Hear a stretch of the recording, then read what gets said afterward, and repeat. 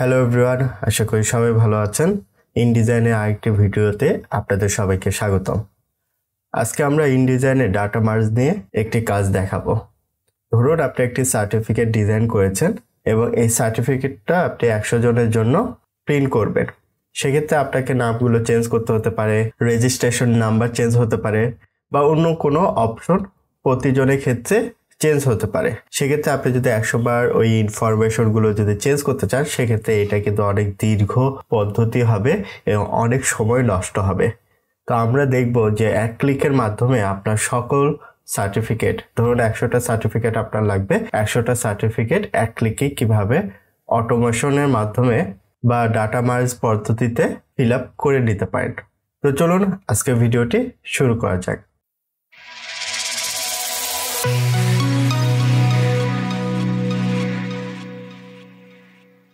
তো এখানে আমি একটি সার্টিফিকেট ওপেন করেছি। আমি একটা সিম্পল সার্টিফিকেট তৈরি করেছি দেখানোর জন্য।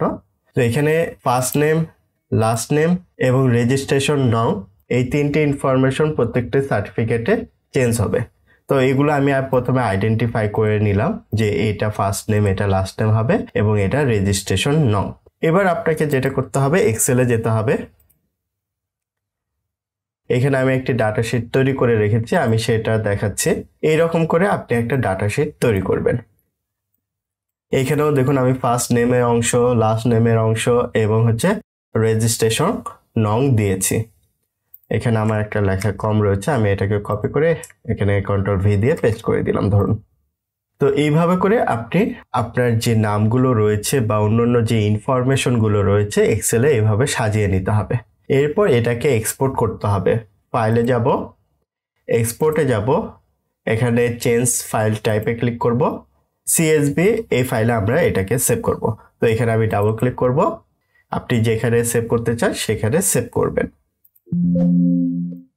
আমি এটাকে আবার সেভ করছি, এই জন্য ইয়েস দিব। এখানে এরকম ডায়লগ আসলে আপনি ইয়েস দিবেন। এরপর আপনি এক্সেলটাকে ক্লোজ করে দেন, ডোন্ট সেভ দেন। এবার পরবর্তী কাজ আমাদের ইনডিজাইনে করতে হবে। তো আমাদের উইন্ডো মেনুতে যেতে হবে। উইন্ডো মেনু থেকে ইউটিলাইজ, এখানে দেখবেন ডাটা মার্জ একটা অপশন রয়েছে, এটাকে আমরা ক্লিক করব। ক্লিক করার পর এখানে দেখুন 4টা লাইন রয়েছে, এই অংশে ক্লিক করব, সিলেক্ট ডাটা সোর্সে ক্লিক করব। এরপর আপনার যে CSV ফাইলটা রয়েছে যেখানে সেভ করেছে সেখানে যাবেন, সেই ফাইলটাকে সিলেক্ট করবেন, এরপর ওপেনে ক্লিক করবেন। তাহলে দেখুন আমাদের ওখানে যে কলামগুলো ছিল সে কলামগুলো এখানে চলে আসছে, ফার্স্ট নেম, লাস্ট নেম এবং রেজিস্ট্রেশন নাও। এবার আমরা এই ফার্স্ট নেমটাকে আমাদের এই সার্টিফিকেটের ফার্স্ট নেমের সাথে অ্যাড করে দিব। সেই জন্য এই অংশটাকে লেফট বাটন চেপে ধরে ড্র্যাগ করে এই ফার্স্ট নেমের অংশের উপর ছেড়ে দিব। ঠিক একইভাবে লাস্ট নেমের অংশটাকে সিলেক্ট করে লাস্ট নেমের অংশে ছেড়ে দিব। রেজিস্ট্রেশন নংটাকে সিলেক্ট করে ড্র্যাগ করে এখানে এনে ছেড়ে দেব।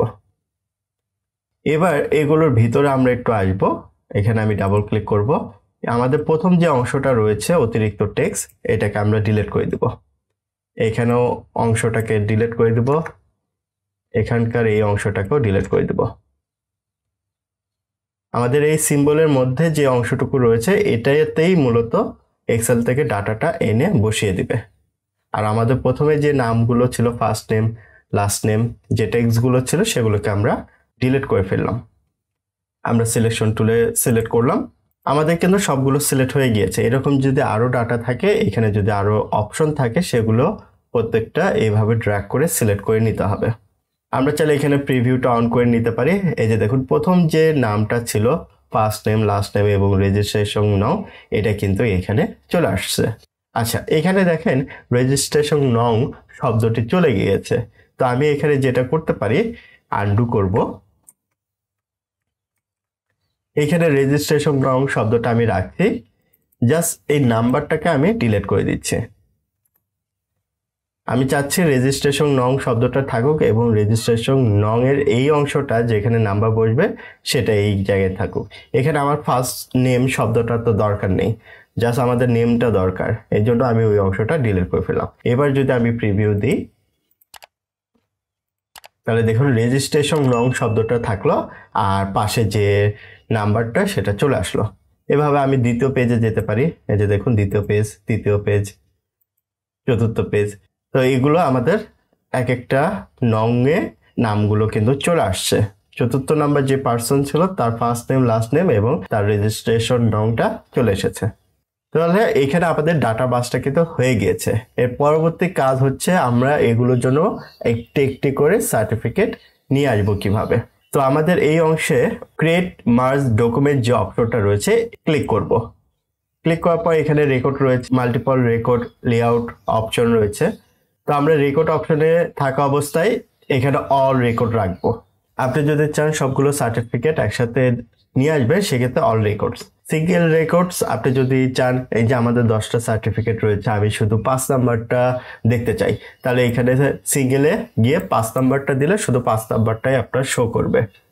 রেঞ্জ আপনি যদি চান যে আমি 1 থেকে 7 পর্যন্ত এই কয়টা সার্টিফিকেট নিয়ে আসবো, তাহলে এখানে রেঞ্জটা দিয়ে দিবেন। তো আমার সবগুলোই দরকার, সেক্ষেত্রে আমি অল রেকর্ডে রেখে দেব। রেকর্ডস পার ডকুমেন্ট পেজ, এখানে আমাদের সিঙ্গেল রেকর্ড রয়েছে, এখান থেকে আমরা মাল্টিপল রেকর্ডসে ক্লিক করব। এরপর এখানে এটা অন থাকবে, এটা অন থাকবে। আপনি চাইলে এখান থেকে প্রিভিউটা দেখতে পারেন। তো এখানে দেখুন আমাদের কিছু মার্জিন চলে এসেছে। তো আমরা মাল্টিপল রেকর্ডে চলে যাব। এখান থেকে যে মার্জিনগুলো রয়েছে এগুলো আমি 0 করে দিচ্ছি। তাহলে এখানে আর কোনো গ্যাপ চলে আসবে না। অপশনে যাব, এখান থেকে যেটা রয়েছে আমরা সেটাই রেখে দিব, আমাদের কোনো কিছু চেঞ্জ করার দরকার নেই। তো এইখানকার কাজ হয়ে গেলে আমরা জাস্ট ওকে প্রেস করব। এখানে আমরা ওকে প্রেস করব। দেখুন আমাদের প্রথম যে ডকুমেন্ট ছিল এটা হচ্ছে সার্টিফিকেট। এই যে দেখুন একটা মাত্র ডকুমেন্ট ছিল। ইনডিজাইন আমাদের আরেকটা নতুন ডকুমেন্ট তৈরি করে দিয়েছে, এটা সার্টিফিকেট 1 দিয়ে দিয়েছে।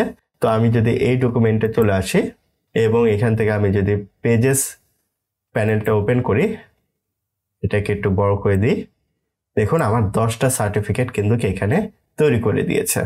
আমি যে কোনো পেজে যদি যেতে চাই এখানে আমি ডাবল ক্লিক করব, সেই পেজে চলে আসবে। এটা 6 নম্বর পেজ।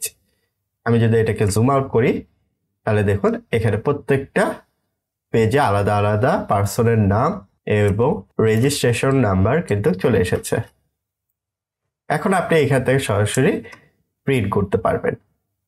আশা করি আপনারা বুঝতে পেরেছেন যে অনেকগুলো ডাটাকে কিভাবে একটি ডিজাইনের মাধ্যমে ইনপুট করে অনেকগুলো ডিজাইন আউটপুট করা যায়। খুবই সহজ একটি বিষয় এবং এর মাধ্যমে আপনার অনেক সময় কি বেঁচে যাবে।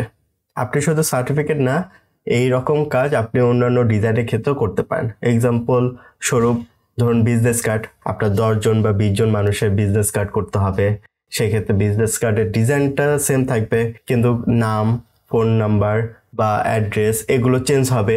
তো সেইগুলো আপনি এক্সেল ডাটা শিটে সবগুলো CSV ফরম্যাটে করে সেভ করে রাখবেন।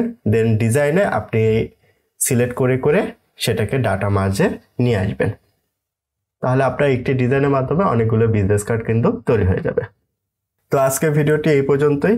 আমার ভিডিও দেখে আপনারা যদি উপকৃত হয়ে থাকেন অবশ্যই ভিডিওতে একটি লাইক করবেন এবং চ্যানেলে সাবস্ক্রাইব না করে থাকলে সাবস্ক্রাইব করে নেবেন। দেখা হচ্ছে নতুন কোনো ভিডিওতে। সে পর্যন্ত সবাই ভালো থাকবেন। ধন্যবাদ সবাইকে।